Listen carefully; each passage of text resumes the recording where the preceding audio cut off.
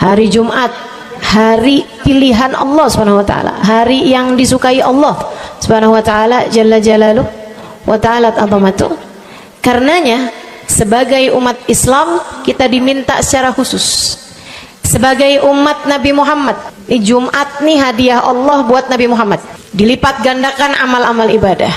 Karenanya sebagai umatnya Nabi Muhammad, hari Jumat ada amalan yang sangat baik dilakukan. Assalamualaikum warahmatullahi wabarakatuh. Alhamdulillah, wassalatu wassalamu ala Rasulillah Muhammad ibn Abdillah wa ala alihi wa sahbihi wa man wala. Subhanaka la ilma lana illa ma 'allamtana innaka antal alimul hakim. Rabbi shrah li sadri wa yassir li amri wahlul 'uqdatan min lisani yafqahu qawli, amma ba'du.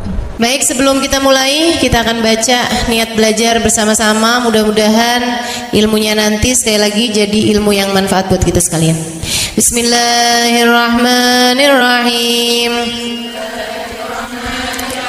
Nawaitu ta'allum wa ta'lim wan naf'a wal intifa' wal mudzakarah wat tadhkir wal ifadah wal istifadah wal hidza 'ala tamassuk bi kitabillah wa sunnati rasulillah sallallahu alaihi wa alihi wa sallam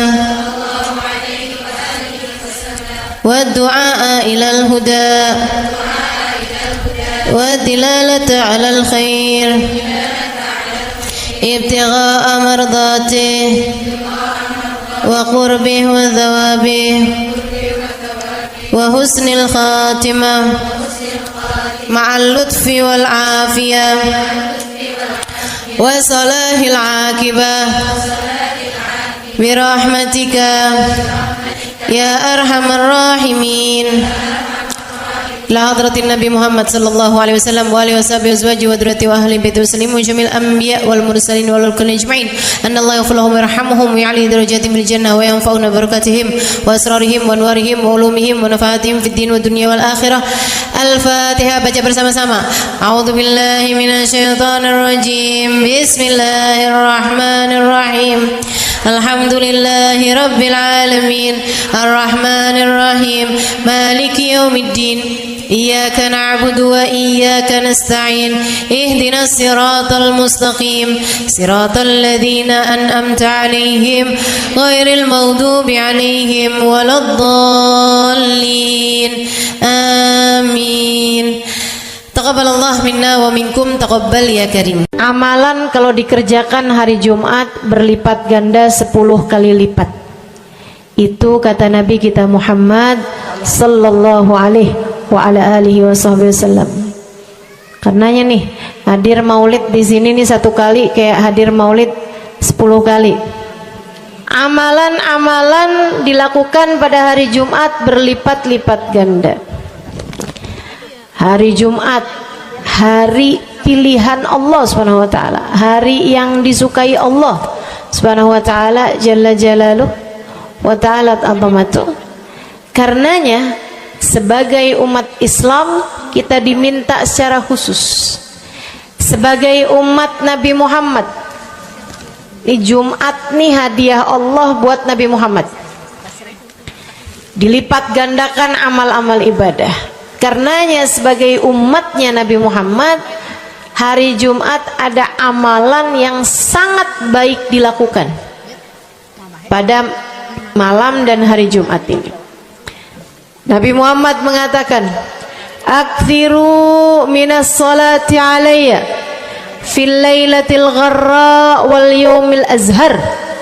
Kata Nabi, perbanyaklah bersolawat kepadaku pada malam yang benderang, bercahaya, dan juga pada siang hari yang terang benderang. Apa itu Rasul? Malam hari yang terang, siang hari yang terang, Itu malam dan siang apa yang mataharinya paling cetar membahana gitu, atau malam purnama gitu, atau bagaimana? Kata Nabi Muhammad, pada malam Jumat dan pada hari Jumat. Ini yang sekarang kita berada. Disunahkan, dianjurkan, direkomendasikan kita umat Islam untuk secara khusus memperbanyak bersolawat kepada Nabi besar Muhammad. Maka kita hadir pada maulid hari ini, pagi ini, mudah-mudahan dapat banyak keberkahan, karena dalam maulid tuh per berapa baca solawat sekian, baca solawat dikit-dikit, solawatan, kan begitu. Alhamdulillah. Solawatan itu sendiri, teman-teman sekalian, merupakan cara kita menyambungkan diri dengan Nabi besar Muhammad. Fadilahnya banyak banget, fadilahnya banyak banget. Solawatan itu banyak banget. Semua yang kamu perlukan, semua yang kamu idam-idamkan, semua yang kamu harapkan, dunia hingga akhirat, ada dalam keberkahan, ada dalam fadilah bersolawat kepada Nabi besar Muhammad sallallahu alaihi wasallam. Setara vitamin, kalau saya lihat-lihatin, solawat itu setara vitamin. Kalau buat badan nih, solawat itu sama dengan vitamin.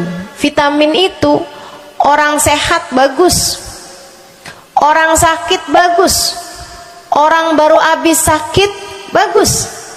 Orang kalau sehat perlu banyak vitamin untuk menjaga kesehatannya. Orang kalau sakit perlu vitamin biar cepat sembuh dari sakitnya, kan begitu? Orang kalau baru habis sakit, baru habis operasi, nah itu vitamin mesti perbanyak biar cepat pulihnya. Demikian pula dengan vitamin bagi kehidupan dunia akhirat kita adalah salawat kita kepada Nabi besar Muhammad sallallahu alaihi wasallam. Orang kalau banyak baca salawatnya, insya Allah penyakit-penyakit hati ini mudah-mudahan disehatkan Allah. Penyakit-penyakit pikiran mudah-mudahan disehatkan Allah. Masalah-masalah yang ruwet-ruwet biar jadi pada lancar. Jalan-jalan yang sepertinya buntu mudah-mudahan jadi terbuka. Keadaan-keadaan yang tidak menyenangkan, semoga dengan berkat salawat kita kepada Nabi Muhammad, Allah subhanahu wa ta'ala gantikan dengan keadaan-keadaan yang menyenangkan. Insya Allah. Salawat banyak benar manfaatnya. Meskipun tentu aja salawat bukan asal salawat. Maksudnya gimana Ustazah? Salawat bukan asal salawat. Salawatnya harus ditambahin plus 1 aja minimal. Ada beberapa, tapi seenggaknya 1 aja kamu punya. Salawat ditambah cinta sama Nabi Muhammad. Salawat tambah cinta sama Nabi Muhammad. Salawat yang ketika kamu membacanya diiringi rasa rindu kepada Nabi besar Muhammad. Bukan asal salawatan kamu sambil nonton sinetron, Allahumma sholli ala Muhammad, Allahumma sholli ala Muhammad, Allahumma sholli ala Muhammad, Allahumma sholli ala Muhammad, Allahumma sholli ala Muhammad. Enggak gitu.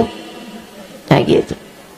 Salawat diiringi rasa cinta, diiringi rasa rindu kepada Nabi besar Muhammad sallallahu alaihi wasallam. Itu yang diharapkan untuk dilakukan, sehingga dengan cara itu fadilah-fadilah salawat yang banyak insya Allah Allah subhanahu wa ta'ala raihkan buat kita. Apa aja? Yuk saya mau ngasih tahu beberapa di antaranya.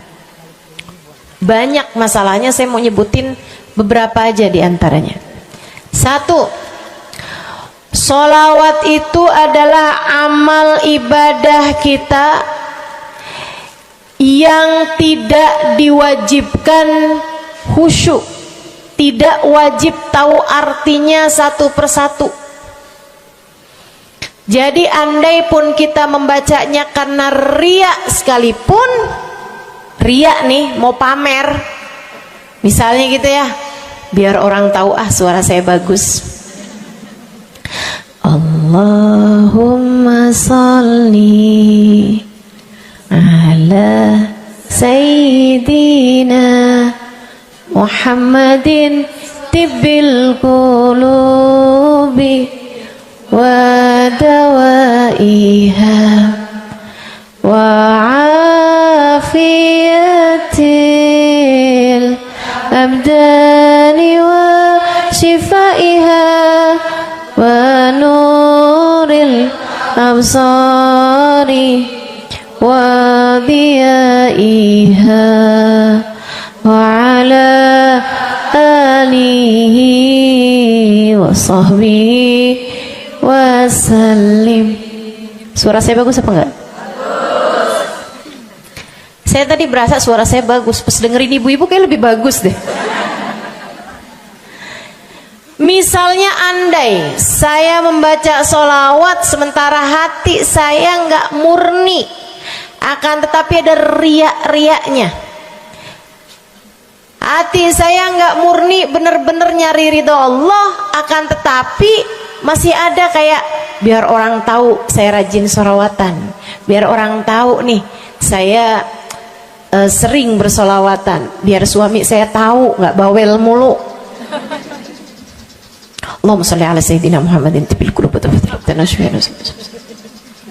Kamu tuh dari tadi nonton aja Allahumma sholli ala sayyidina Muhammadin tibil qulubi. Misal gitu ya. Pokoknya yang namanya sholawat itu andai pun dibaca tanpa kehusyuan dan ada riaknya sekalipun, itu masih mungkin untuk diterima sama Allah. Katanya Imam Syafi'i alaihi ridwanullah, Imam Syafi'i radhiyallahu ta'ala anhu wa ardhah, beliau mengatakan kullu amal ibni adam bainal qabuli wa raddiya illa salatu alal habibi Muhammadi fa innaha maqbulatun hatman bighairi taraddudi. Semua amal ibadahnya manusia nih ada yang diterima, ada yang ditolak. Amalan kita nih ada yang diterima, ada yang ditolak. Amalan dari orang Islam yang hatinya punya cinta sama Nabi Muhammad, amalan dari orang Islam yang hatinya punya cinta sama Nabi Muhammad. Sebab kalau hati udah nggak ada cinta-cintanya sama Nabi Muhammad, bahkan Islam pun sulit untuk dia pertahankan. Sebab syahadat tak hanya berisi la ilaha illallah, melainkan juga berisi Muhammad Rasulullah. Kata Imam Syafi'i, kullu amal ibni adam bainal qabuli wa raddiha. Semua amal ibadahnya umat nih ada yang diterima, ada yang ditolak. Illa salatu alal habibi Muhammadi, selain salawat kepada Nabi Muhammad. Fa innaha maqbulah, karena sungguhnya salawat itu akan diterima oleh Allah hatman bighairi taraddudi, secara pasti tanpa ada keraguan-raguan. Kamu mati bawa iman, sholawatmu semua diterima sama Allah. Dengan syarat tadi, mati bawa iman, sholawatmu akan diterima semua sama Allah Subhanahu wa ta'ala Jalla Jalaluhu wa ta'ala azamatuh. Saya pernah nanya sama saya punya kiai di Tegal. Saya bilang, kenapa sholawat itu pasti diterima sama Allah? Beliau memberikan ibarat.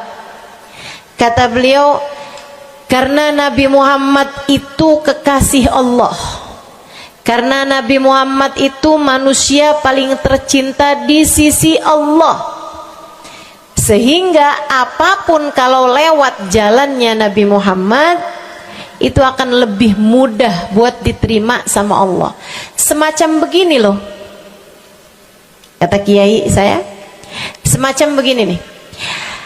Kamu kalau kirim surat misalnya ke gubernur, apalagi presiden, apalagi raja misalnya, kamu kalau mau kirim surat kepada orang besar, maksudnya orang yang memiliki kekuasaan atau pangkat atau apapun lah. Nah itu kan mau nyampe nya surat tersebut dari kampung nih, minta jalannya dibenerin, mau kirim surat ke gubernur, itu mesti lewat desa, habis desa ke kecamatan, habis kecamatan, kabupaten, habis kabupaten, baru kemudian melewati banyak-banyak pintu untuk bisa surat tersebut sampai. Itu pun begitu nyampe ke gubernur belum tentu dibaca, betul? Kalaupun dibaca belum tentu dibalas, betul? Kalaupun dibalas belum tentu apa yang kamu harapkan dilaksanakan. Akan tetapi kalau kamu punya jalur khusus, kenal sama anaknya gubernur, bahkan bukan cuman kenal, kamu dekat, apalagi jika bukan hanya dekat tapi kamu disayang sama anak gubernur. Kamu kalau lagi mau benerin jalan nih, mau ngomong sama gubernur, kamu bikin surat, kamu kasihin surat tersebut lewat anaknya. Tolong dong sampein sama bapak, jalanan nih rusak, susah banget, kita padahal mau bikin maulid nih, sian nanti sudah 5 susah masuknya, misal gitu kan. Kalau kita ngomong sama dia nih, dia bilang iya deh, tenang, saya sampein sama bapak saya. Nungguin bapaknya pulang kantor sambil pijit-pijit kaki, kasihin tuh surat, Pak bacain dong Pak, dari teman saya nih, kan begitu. Si bapak baca, habisnya dibaca, bakalannya dibales, iya deh, nanti saya bangunin tuh jalan sesegera mungkin, kan begitu. Kalau kemudian jalanannya itu dibagusin, dibaca, gubernur ini karena sayang sama yang bikin surat atau karena sayang sama anaknya? Karena sayang sama anaknya. Kamu kalau ngerjain ibadah, Bu, Kak, Dek, sholat itu yang diterima hanya kadar kehusyuannya. Sedekah itu yang diterima hanya kadar keikhlasannya. Ibadah-ibadah itu buat diterima hari-hari. Saya pernah baca satu hadis yang diriwayatkan dari Sayyidina Mu'ad bin Jabal, ternyata tiap langit ada malaikat penyensor amal, tidak akan bisa sampai ke hadirat Allah kecuali jika amal tersebut benar-benar bersih, murni, nggak ada namimah, ngadu domba sepanjang hari tersebut, nggak ada fitnah, nggak ada benci sama salah satu walinya Allah. Buat amal ibadah diterima di sisi Allah itu bukan main susahnya. Meskipun tentu saja walaupun susah kita sih kerjain, tetap aja kerjain. Bukan berarti oh sholat belum tentu diterima, ya udah dah kalau gitu nggak usah sholat ya. Ibadah mau kita kerjain aja, sholat kita kerjain, semua kita kerjain, meskipun diterima atau enggaknya itu urusan Allah Subhanahu wa taala. Tapi kalau kamu mau tahu, ada amal lulus sensor, atau tepatnya kita nih dikasih sama Allah Subhanahu wa taala karena sayangnya Allah, karena cintanya Allah kepada nabi kita, kita dikasih sama Allah Subhanahu wa taala amalan tanpa sensor, langsung diterima. Apa itu? Sholawat kepada baginda Nabi besar Muhammad. fa innaha maqbulatun hatman bighairi taraddudi. Sungguhnya salawat kepada Nabi Muhammad pasti akan diterima Allah Subhanahu wa taala tanpa ada keraguan-raguan. Allah terima salawat karena cintanya Allah, sayangnya Allah kepada manusia yang kamu bacakan salawat untuknya, yaitu baginda Nabi besar Muhammad sallallahu alaihi wasallam. Rahmatullah, hubballah, karamatullah ila man yusalli alaih, la ila man yusalli minhu. Allah tuh rahmat, sayang, cinta kepada orang yang dibacakan solawat kepadanya, sehingga solawat diterima bukan karena memandang siapa yang membaca solawat tersebut. Makanya saya sering solawatan, saya senang solawatan, saya senang solawatan, saya senang hadir majelis maulid, saya senang baca maulid, saya senang qiyam bersama-sama. Kenapa? Karena ini adalah amalan yang kayaknya paling pantas buat kita lakukan. Allah kalau mau lihat pelaku amal dulu baru diterima amalnya, waduh, kayaknya nggak lulus sensor nih. Allah kalau mau lihat hati kita dulu, keadaan kita dulu, baru menerima amal ibadah, ya Allah, belum tentu ada amal ibadah saya yang layak diterima oleh Allah. Tapi kita punya sholawat, alhamdulillah.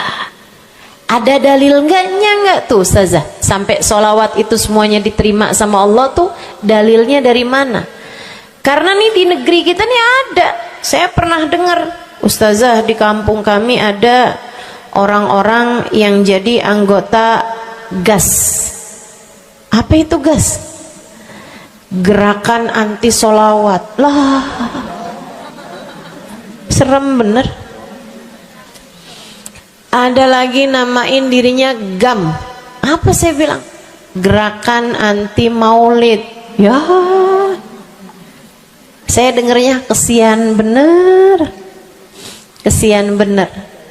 Lantas dia mau menghadap Allah bawa amal bekal apa? Bukankah salawat adalah amalan kita umat Islam yang ketika melakukannya Allah tidak peduli siapa yang membaca salawat, yang Allah pedulikan adalah kekasih hatinya, kekasih Allah yang dikirimkan salawat kepadanya, yang disolawatinnya yaitu Nabi besar Muhammad alaihissalam. Dalilnya hadisnya Nabi Muhammad sallallahu alaihi wasallam. Kata Nabi Muhammad, mulailah doa kalian dengan salawat padaku, akhirilah doa kalian dengan salawat padaku, karena sesungguhnya salawat padaku akan diterima Allah. Masakah Allah menerima depan, menerima belakangnya, dan kemudian menolak tengah-tengahnya? Gitu kata Nabi. Diajarin, kamu kalau doa solawatan dulu, ntar abis doa juga solawatan lagi. Biar kenapa Rasul? Biar di awal diterima udah pasti, di akhir diterima udah pasti, tengah-tengahnya nih doa kamu biar diterima sama Allah Subhanahu wa taala. Artinya bahwa solawat itu memang amalan kita yang akan diterima Allah Subhanahu wa taala. Andai nggak ada fadilah solawat selain yang ini, saya akan bersolawat. Andai nggak ada fadilah lain nih, nggak ada solawat tuh fadilahnya cuma amal ibadah yang diterima sama Allah, saya mau kerjain. Karena nggak gampang mau nyari amal ibadah yang kita pantas diterima oleh Allah Subhanahu wa taala. Bu, sholatmu seberapa mampu buat khusyuk? Hah? Lagi sholat ada tetangga ketuk pintu, dibukain sama anak kita. Itu sebelum dibukain hati kita, ya ampun pada kemana sini?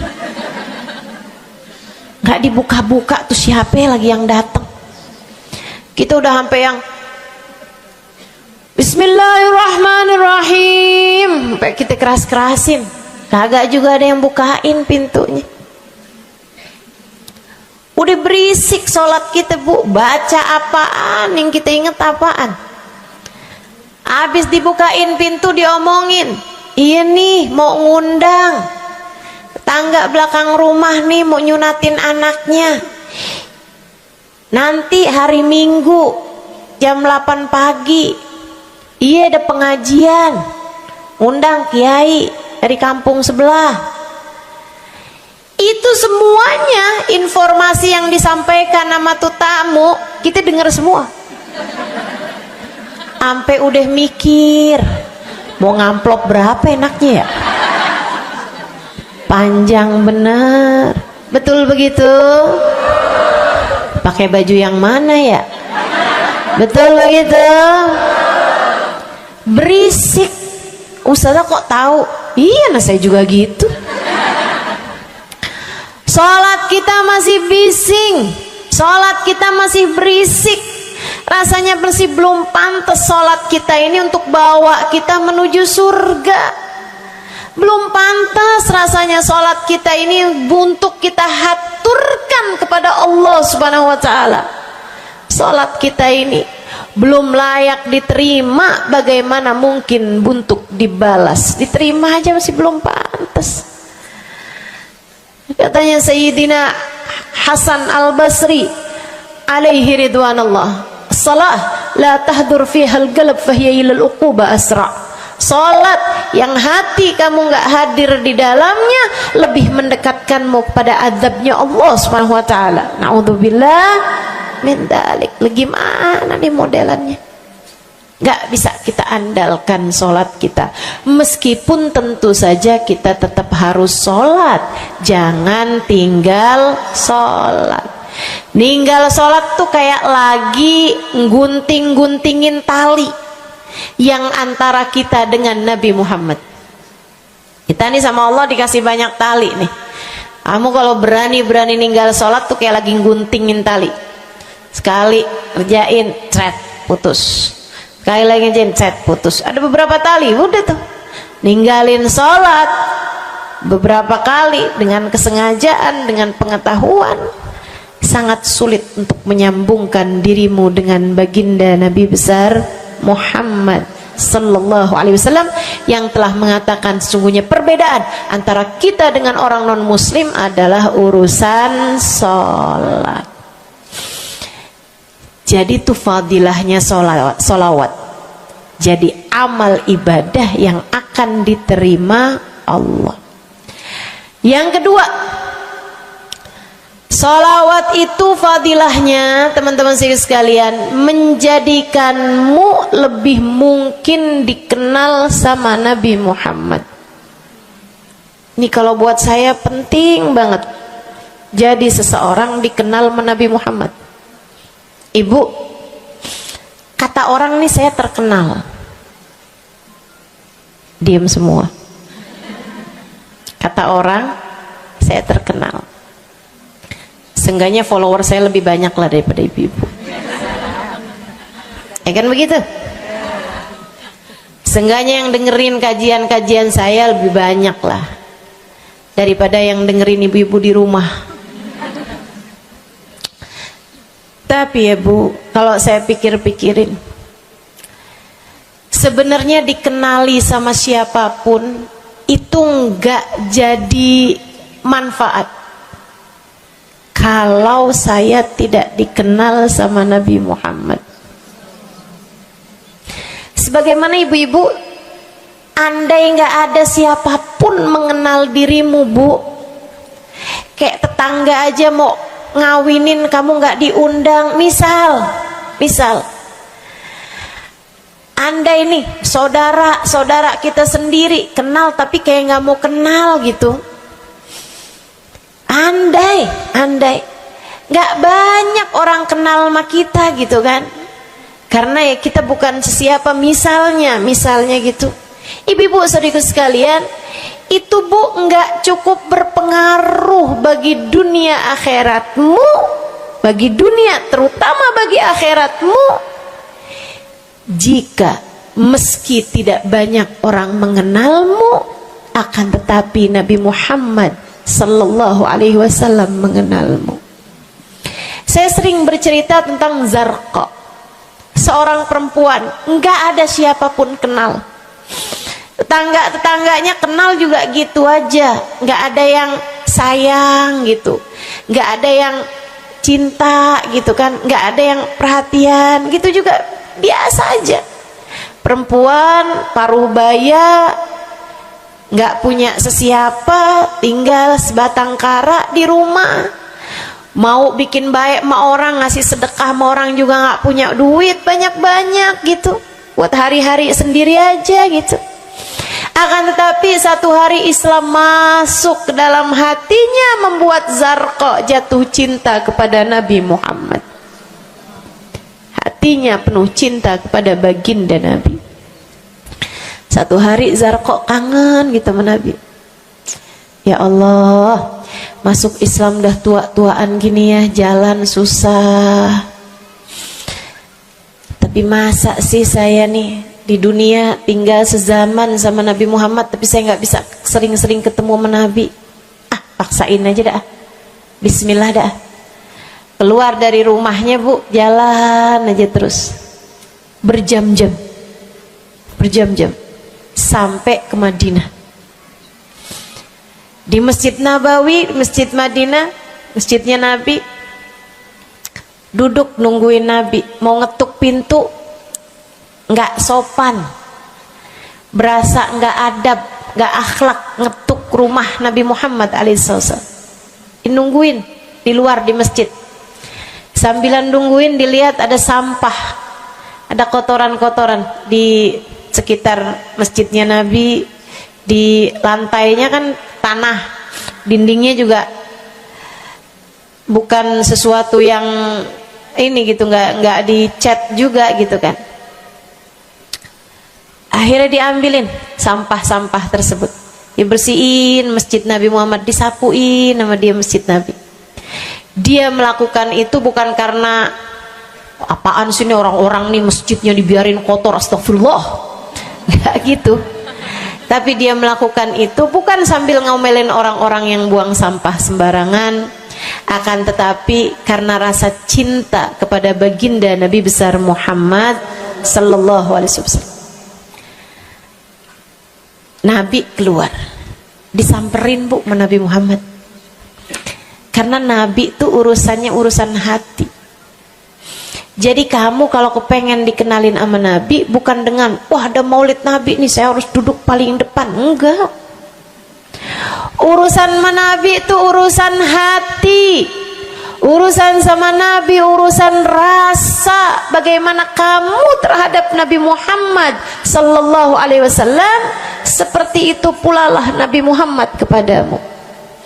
Kamu sering merasa rindu sama Nabi, Nabi juga rindu sama kamu. Kamu sering ingat sama Nabi Muhammad, Nabi juga sering ingat sama kamu.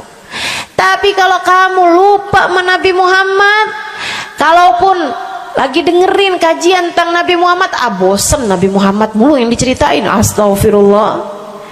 Atau kamu baru ingat sama Nabi Muhammad di saat-saat seperti ini, pas udah pulang ke rumah, mikirin urusan tagihan listrik, mikirin urusan makan siang, makan malam, harus masak apa, sampai Nabi Muhammad nggak pernah lagi ada di pikiran kamu. Kalau seperti itu jangan salahkan siapa-siapa. Jika kamu pun juga menjadi seseorang yang dianggap lalu saja oleh Nabi Muhammad, nggak dikenali secara khusus. Nabi Muhammad kenal sama semua umatnya, betul, tapi dikenali secara umum. Pengen dikenali secara khusus, nih dia nih caranya. Zarqa bu disamperin sama Nabi Muhammad, hatinya punya rasa cinta, khidmah sama Nabi Muhammad alaihissalam. Samperin sama Nabi, tanyain, Bu, dari mana? Saya nggak pernah lihat ibu selama ini. Saya dari kampung saya, Rasul. Sebutin nama kampungnya. Misalnya gitu. Apa tuh tadi? Soreang. Nah, itu. Jambu. Dari jambu. Kamu dari mana? Dari jambu. Berasa ulet ya? Keluar dari jambu.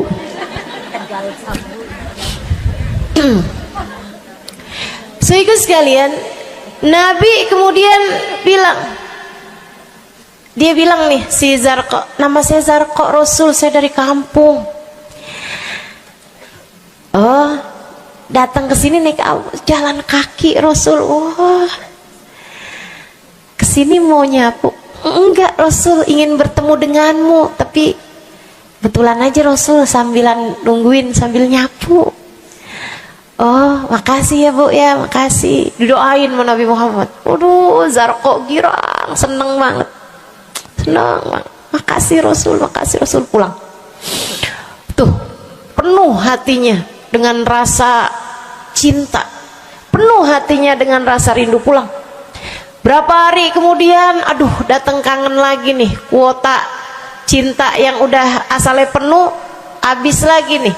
Berangkat lagi, kali ini niat bawa sapu, bawa lap, nyapuin rumah masjid Nabi, nyapuin, bersihin barang-barang di tempat Nabi.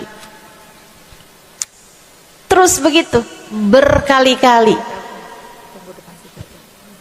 Satu waktu Nabi Muhammad kehilangan dia. Kok lama nggak pernah kelihatan. Habis selesai sholat, Nabi Muhammad berdiri. Kata Nabi Muhammad, man minkum ra'a Zarqa, siapa di antara kalian yang lihat Zarqa? Itu sahabat saling toleh menolong. Zarqa siapa sih? Zarqa siapa sih? Kagak ada yang kenal, nggak ada yang kenal. Tapi Nabi Muhammad kenal, dan itu cukup. Andai itu terjadi kepada saya, andai tak ada sesiapa pun kenal, tapi Nabi Muhammad mengenal saya, itu cukup. Saya harus sampaikan kepadamu ibu-ibu, adik-adik, teman-temanku, saudariku sekalian, andai di dunia ini tak ada banyak orang yang mau kenal denganmu, tapi Nabi Muhammad kenal denganmu, itu cukup untukmu. Kayak Zarqa nih, sahabat pada toleh-toleh, siapa sih Zarqa? Siapa sih Zarqa? Nabi Muhammad bilang, itu loh Zarqa yang suka datang terus nyapu-nyapu masjid kita. Oh, itu Zarqa namanya. Nggak pada tahu, karena nganggap lalu aja, sambil lalu aja liatnya. Minkum ra'a Zarqa, kata Nabi, siapa di antara kalian yang lihat Zarqa? Ada sahabat belakang angkat tangan. Ya Rasulullah, kalau yang itu kayaknya saya tahu deh Rasul, dia tetangga walaupun agak jauh dari saya, tapi ya masih sekampung sama saya Rasulullah. Kata Nabi, bagaimana keadaannya? Sudah lama nggak lihat dia, apakah dia sakit? Innaha matat ya Rasulullah, dia udah meninggal dunia wahai Rasul. Merah padam muka Nabi Muhammad karena marah. Kata Nabi Muhammad, halla tukhbiruni hatta usalli alaiha. Kenapa kamu nggak ngabarin saya waktu Zarqa meninggal? Saya kepengen nyolatin dia. Sahabat itu bilang, edir nih ya Rasulullah, maafkan saya wahai Rasul, rumahnya jauh dan saya nggak tahu bahwa engkau kenal sama dia. Masuk di akal juga kan alasannya, dan Nabi memang menerima alasan dari seseorang ketika dia berbuat kesalahan-kesalahan. Kata Nabi, kamu tahu kuburnya? Tahu Rasul? Idan dullani ala qabriha hatta usalli alaiha. Kalau gitu tunjukin saya di mana kuburnya, saya akan mensolati dia dari depan kuburnya. Bu, Nabi berdiri, sahabat ini berdiri, sahabat-sahabat semasjid berdiri. Mereka ikut semuanya jalan barengan sama Nabi berjam-jam jauhnya, hanya untuk Nabi Muhammad mensolati seorang perempuan yang bahkan tidak ada sesiapa pun yang mengenal dia. Bu, orang kalau disolatin sama Nabi, kebayang kayak apa nikmat kuburnya. Orang kalau di dunianya dicari menabi kayak begini, di akhiratnya pasti dicari menabi. Orang kalau dicari sama Nabi Muhammad di akhirat, kelar semua urusan, beres semua urusan, hisab, adab lewat semuanya, dicari sama Nabi Muhammad. Manusia yang dikasih Allah bisa pegang kunci surga. Kunci surga itu Nabi Muhammad yang pegang. Jadi ibu ibu sekalian, kamu belajarlah, berusahalah buat jadi orang yang dikenali sama Nabi Muhammad. Gimana caranya Ustazah? Salah satunya adalah dengan bersolawat. Saya dapat satu cerita dari guru saya, Sayyidil Habib Umar bin Hafiz. Kata Habib Umar, ada seseorang satu malam bermimpi Nabi Muhammad sallallahu alaihi wasallam. Dia seorang dai, seorang ulama, seorang yang banyak dengarkan orang. Satu waktu dia bermimpi, dia lagi ada di depan pintu rumahnya, kemudian dia lihat Nabi Muhammad lewat. Dia panggil, "Ya Rasulullah." Nabinya nggak noleh, jalan aja terus. Kebangun dari tidurnya, seneng impi Nabi, tapi sedih karena dalam mimpinya Nabi Muhammad tidak menoleh kepadanya. Besok harinya dia datang kepada gurunya. Walaupun ulama kan punya guru, malah kita curiga kalau ada ulama nggak punya guru. Nih ilmunya nyambungnya kemana? Nah, ilmu yang benar itu pasti punya sambungan. Ilmu kita nih, ilmu dari Nabi Muhammad, itu pasti ada sambungannya kepada Nabi Muhammad alaihi wasallam. Gurunya nyambung ke gurunya, gurunya sampai kepada Nabi Muhammad sallallahu alaihi wasallam. Akhirnya dia datang kepada gurunya, "Ya Syekh, ra'aitul barihah Rasulullah sallallahu alaihi wasallam." Syekh, tadi malam nih saya ngimpi Nabi Muhammad. Nabi Muhammad lewat depan saya, fanadaituhu, saya panggil Nabi Muhammad, falam yujibni, tapi Nabi Muhammad tidak menjawab panggilan saya. Sedih banget saya, Syekh. Kenapa ya Nabi Muhammad gak noleh saya panggil-panggil? Syekhnya bilang, fa innahu lam ya'rifka ba'd. Nabi gak mau noleh sama kamu karena Nabi Muhammad gak cukup kenal sama kamu. Gimana cara saya biar dikenali sama Nabi Muhammad? Syekh tersebut menjawab, akfir minas salati alaih, perbanyaklah membaca salawat kepada Nabi Muhammad. Baik Syekh. Jadi murid nih, dikasih tahu sekali langsung kerjain. Tiap hari baca salawat. Selain agar dia jadi tambah dekat, tambah kenal dan dikenali sama Nabi Muhammad sallallahu alaihi wasallam. Dia baca sholawat bukan biar tanah cepat laku. Dia baca sholawat bukan karena bosan menjomblo biar jodoh cepat datang. Bukan. Dia baca sholawat hanya karena ingin semakin dekat dengan Nabi besar Muhammad. Tuh cobain. Kamu kalau baca sholawat gak usah ada niat-niatan yang lain. Sholawat biar dicinta sama suami lah. Kamu baca sholawat itu mestinya biar dicinta sama Nabi, bukan biar dicinta sama orang lain. Nah, itu kan kayak mendekati seseorang padahal pengen dicinta sama orang lain, kan aneh. Kalau kamu pengen dicintanya sama orang lain, ya udah deketinnya dia dah, bukan deketin Nabi gitu, kayak semacam agak kurang adab ya pada Nabi Muhammad alaihissalam. Dia banyak baca sholawat sampai sebulan, 2 bulan, 3 bulan, 4 bulan, 5 bulan, karena segala sesuatu tuh nggak instan. Beberapa waktu yang cukup lama dia kembali bermimpi Nabi besar Muhammad. Mimpinya persis sama tuh kayak yang tadi. Dilihat Nabi Muhammad lewat di depannya. Dipanggil Nabi Muhammad, "Ya Rasulullah." Nabi berhenti, noleh dengan seluruh tubuhnya. "Assalamualaikum warahmatullahi wabarakatuh ya Rasulullah." Nabi Muhammad menjawab, "Waalaikumsalam warahmatullahi wabarakatuh." Dalam mimpinya dia sekalian nanya sama Nabi, "Ya Rasulullah, dulu saya bermimpi yang sama denganmu wahai Rasul, sama dengan sekarang wahai Rasul. Aku memanggilmu akan tapi engkau tidak menjawab panggilanku." Nabi Muhammad mengatakan, "Dzakal yaum lam a'rifka ba'd." Hari itu saya belum cukup mengenalmu. Falamma aktsarta minas salati alayya, tatkala kamu banyak membaca salawat kepadaku, sirtu arifuk, sekarang aku jadi kenal denganmu. Enak bener. Mau baca salawatan? Banyak-banyak. Kapan mulainya? Maksud saya dalam hari-hari kamu tuh.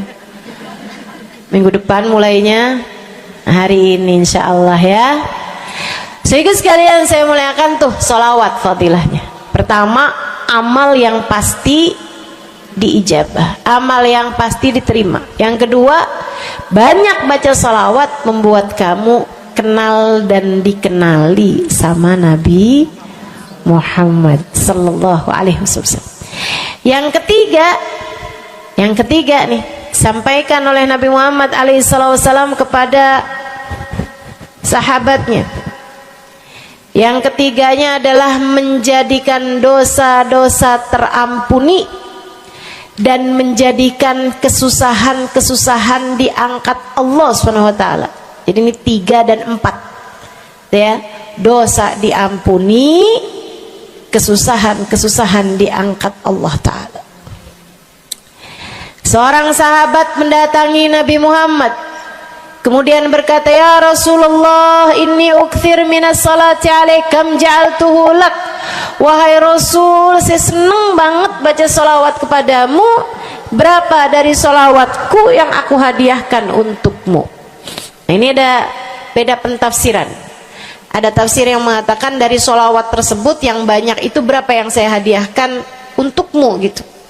Atau tafsir yang lain, saya senang menggunakan waktu luang bersolawat padamu. Berapa dari waktu luang saya gunakan bersolawat padamu? Kata Nabi Muhammad, terserah kamu. Dia bilang, kalau gitu Rasul 1/3, 1/4 dari solawat saya hadiahkan untukmu. Khair, kata Nabi. Fa in zitta fahuwa khairun lak, kalau kamu tambahin lebih bagus lagi. Idan fathuluth, kalau gitu 1/3 deh Rasul, 1/3 dari solawat saya hadiahkan untukmu. Khair, kata Nabi. Fa in zitta fahuwa khairun lak, kalau kamu tambahin lebih bagus lagi. Idan fanisif, kalau gitu 1/2 wahai Rasul, 1/2 dari solawat saya hadiahkan untukmu, atau 1/2 dari waktu luang saya gunakan bersolawat padamu. Bagus, kata Nabi. Fa in zitta fahuwa khairun lak, kalau kamu tambahin lebih bagus lagi. Kalau gitu 2/3 deh Rasul, dari salawat saya hadiahkan untukmu. Bagus, kata Nabi, kalau kamu tambahin lebih bagus lagi. Idzan falkul, kalau emang kayak gitu semua aja deh Rasul, semua salawatku aku hadiahkan untukmu, atau semua waktu luangku aku gunakan bersolawat padamu. Kata Nabi Muhammad, nih dengerin, buat yang banyak baca solawatnya, dengerin, buat yang selalu bersolawat pada Nabi Muhammad alaihi wasallam. Katanya Nabi Muhammad kepada yang banyak baca salawatnya, idzan tukfahammuk wa tughfar dzambuk. Kalau begitu, maka akan terangkatlah seluruh bebanmu, akan diangkatlah seluruh kesusahanmu, wa tughfar dzambuk, akan diampunilah seluruh dosa-dosamu. Kamu kalau banyak baca salawatnya, susah-susahmu bakal hilang. Kamu kalau banyak baca salawatnya, dosa-dosamu akan diampuni. Enak apa enggak enak? Enak. Enak banget apa enak aja? Enak banget. Tuh, banyakin baca sholawat. Yang berikutnya, keberapa nih? Kelima. Sehingga sekalian saya muliakan, orang kalau banyak baca sholawatnya, ini juga enak banget nih. Tempatnya dekat dengan Nabi Muhammad. Orang kalau banyak baca sholawatnya, tempatnya dekat dengan Nabi Muhammad. Kata Nabi Muhammad sallallahu alaihi wasallam, aqrabukum minni majlisan yaumal qiyamah aktsarukum alayya salah. Orang yang terdekat tempatnya denganku di hari akhirat nanti adalah yang paling banyak baca sholawat kepadaku. Dekat tempatnya di akhirat. Dan andai kamu tahu betapa dekat tempat dengan Nabi Muhammad di akhirat adalah harapan setiap orang, bahkan para nabi sekalipun. Andai kamu tahu bahwa dekat tempat dengan Nabi Muhammad adalah harapan bahkan para malaikat sekalipun, harapan para bidadari-bidadari, harapan dari para wali-wali, semua berharap kepengen tempatnya paling dekat dengan Nabi Muhammad. Di dunia nih nggak terlalu kelihatan bedanya, orang dekat sama Nabi Muhammad, orang jauh sama Nabi Muhammad nggak terlalu kelihatan bedanya, nggak terlalu kelihatan. Saya nggak bisa bilang bahwa yang di depan nih paling dekat sama Nabi Muhammad, nggak ada. Bisa jadi yang duduk di bawah pohon, loh. Bisa jadi yang kalau mau ngelihat saya harus pakai berdiri dulu, yang di belakang sana tuh. Bisa jadi. Saudaraku sekalian yang saya muliakan, yang paling dekat tempatnya dengan Nabi Muhammad di akhirat, dan itu adalah harapan semua orang, adalah yang paling banyak baca sholawat kepada Nabi Muhammad. Mudah-mudahan kita jadi orang yang gak nyesel di akhirat dengan dekat dengan Nabi Muhammad, insya Allah. Ibu saya sekalian, yang terakhir saya mau sampaikan sebagai salah satu fadilah besar kita membaca salawat kepada baginda Nabi besar Muhammad sallallahu alaihi wasallam adalah bersihnya hati. Ibu nggak susah apa ngadepin hati yang kotor? Bukan hati orang, Bu, hati kita sendiri. Ya Allah, ya Allah. Ketemu sama si itu, pikiran langsungnya, ih, orang itu ya. Sama si itu nggak cocok karena ngerasa diri dizolimi. Ketemu sama si itu nggak demen, dia punya utang nggak bayar-bayar. Ketemu sama yang itu nggak enak karena dia, ayo aja. Ya Allah, ya Allah. Kalau kamu bermasalah sama satu orang, bisa jadi yang bermasalah kamu atau yang bermasalah dia. Tapi kalau kamu bermasalah sama semua orang, dipastikan yang bermasalah adalah dirimu sendiri. Bisa-bisanya sama saudara nggak akuran, sama suami beranteman mulu, sama anak-anak juga anak-anak berasa, sama anak-anak juga anak-anak berasa nggak dekat. Kemudian lagi sama tetangga pada sebel, tua nggak akuran. Masya Allah, Masya Allah. Yang bermasalah dirimu. Kenapa sih saya udah baik kayak begini, tapi semua orang musuhin saya? Kagak baik. Kalau kamu baik nggak bakal dimusuhin sama semua orang, kan begitu? Kalau kamu baik nggak bakalan dihindarin sama semua orang. Sehingga sekalian saya muliakan, memang menghadapi itu saya udah lihat, sering ditanya, Ustazah ini kan dakwah, siapa yang paling sulit dihadapi? Diri sendiri. Gak ada yang sulit saya hadapi lebih daripada diri sendiri. Diri sendiri yang paling sulit kita hadapi. Makanya katanya Syekh Jalaluddin Ar-Rumi, siapa yang bisa mencari kedamaian dalam dirinya, siapa yang sudah selesai menghadapi dirinya, dia akan mampu menghadapi siapapun. Itu yang diminta Sayyidina Musa alaihi salam, Nabi Allah Musa, ketika diminta untuk menghadapi Fir'aun, yang beliau minta sebagai bekal adalah kemampuan menghadapi diri sendiri yang bersumber dari hati yang lapang.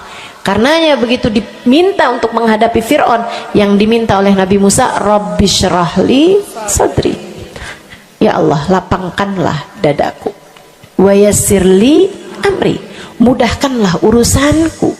Jadi yang diminta sama Nabi Musa bukan yang siapkan peralatan ya Allah buat saya, ya Allah siapkan mukjizat-mukjizatku ya Allah, yang sekali lirik Fir'aun langsung tunduk sama saya gitu ya Allah. Enggak gitu yang diminta. Ya Allah saya minta, ya Allah saya bisa pegang apapun, bisa saya ubah jadi ular biar bisa. Enggak gitu Nabi Musa. Yang diminta adalah kemampuan menghadapi diri sendiri. Rabbi syrahli sadri, ya Allah lapangkan dadaku, mudahkan urusanku, biar saya bisa ngadepin Fir'aun dengan lebih bijak, biar saya bisa ngadepin orang lain dengan akhlak yang terpuji. Tuh Nabi Allah Musa. Saudara sekalian yang saya muliakan, karenanya nih paling susah dihadapi nih hati sendiri, diri sendiri paling susah dihadapi. Saya sebagai orang yang sulit menghadapi diri saya sendiri, saya sampaikan salah satu dari tips yang bisa saya bagikan kepadamu: banyakin baca sholawat. Cobain. Kalau hati kamu lagi gelisah, kalau hati kamu sedang dirundung cemburu, kalau hati kamu sedang dihantui oleh rasa-rasa yang gak enak, kalau hati suudzon terus-terusan, kalau hati merasa sedih terus-terusan, nih saya kasih tahu teman-teman sekalian, jangan kamu pikir setan itu hanya godain dengan cara ngajakin berbuat dosa. Nggak selalu. Setan punya banyak cara. Dan yang seringkali dipakai caranya oleh setan adalah mengganggumu dengan cara membuat kamu sedih. Kayak bawaan sedih mulu, merasa jadi orang paling terdolimi. Saya adalah orang paling malang sedunia. Saya menderita, saya muram durja, ya Allah sedihnya saya, sedih banget saya, ya Allah. Saya kok hidup saya begini amat ya Allah, nasib saya kok sedih banget sih ya Allah, saya dimusuhin si ini, si musuhin si itu. Kamu merasa sedih gitu, hati kamu tuh sedih terus-terusan, bisa jadi itu adalah cara setan untuk membawamu ke jalan-jalannya setan. Bikin kamu jadi, saya nggak mau ketemu orang, saya sedih banget nih hati saya. Akhirnya nggak mau ketemu orang. Ada pengajian deket, rumahnya nggak mau pergi juga karena nggak mau ketemu sama orang. Ya Allah, ya Allah. Jadi salah-salah. Yuk belajar. Gimana caranya Ustazah biar bisa ngadepin diri sendiri nih? Nah itu tips dari saya adalah banyakin baca sholawat. Cobain ketika kamu sedang dilanda perasaan-perasaan yang gak enak, ketika kamu sedang dilanda perasaan-perasaan yang membuatmu kesulitan menghadapi diri kamu sendiri, coba pergi wudhu kalau sedang memungkinkan, sedang tidak dalam keadaan berhalangan. Kalau enggak enggak usah pakai wudhu, sedang mens, sedang nifas enggak usah pakai wudhu. Duduk di atas sejadah kalau memang sedang memungkinkan, kalau enggak ya enggak usah. Duduk di mana aja. Saudaraku sekalian saya muliakan, pegang tasbih. Mulai. Innallaha malaikatahu yusalluna 'alan nabi ya ayyuhalladzina amanu sallu 'alaihi wa sallimu taslima. Kemudian bersolawatlah kepada Nabi Muhammad. Selawatan Nabi Muhammad. Selawatan Nabi Muhammad. Yang banyak selawatannya. Ustazah nggak mempan nih tipsnya nih. Saya udah selawatan Ustazah, tetap aja hati saya Ustazah tetap panas. Hati saya tetap panas, bawaan melihat suami pengen marah-marah mulu, lihat anak pengen ngomel mulu.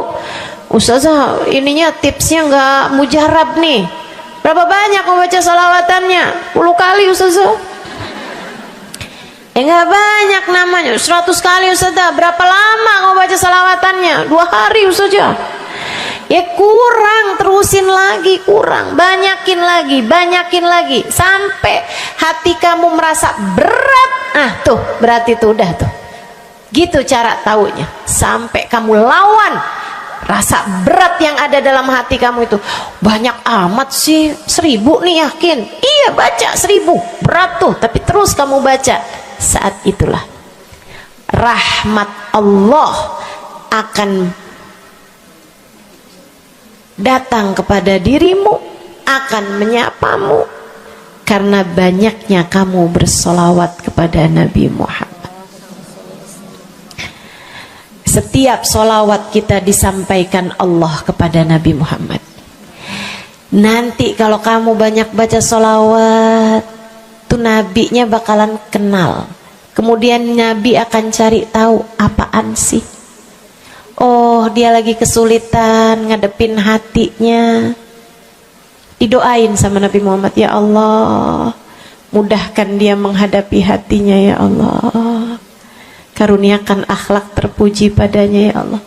Bu, 1000 kali kita tengadah tangan nggak ada artinya apa-apa dibandingkan dengan sekali tengadah tangannya Nabi Muhammad untuk kita.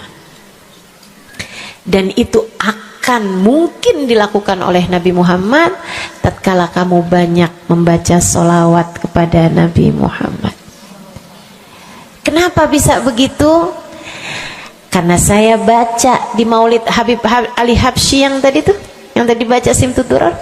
Fama min khuluqin fil bariyati mahmud illa wa huwa mutalaqqan an zainil wujud. Tidak ada satu sifat terpuji ada di atas muka bumi ini melainkan semuanya bersumber dari Nabi Muhammad. Hatimu kalau punya sambungan sama Nabi Muhammad bakalan dialirkan padanya sifat-sifat yang terpuji, insya Allah. Jadi kalau lagi pegel mulu ngadepin suami, daripada ngadepin suami mendingan kamu ngadepin Nabi Muhammad. Gimana caranya Ustazah? Yang tadi saya ajarin. Duduk di atas jadah, pegang tasbih, mulailah baca solawat kepada Nabi Muhammad. Allahumma salli ala Sayyidina Muhammadin tibbil qulubi wa dawaiha wa afiyatil abdan wa shifaiha.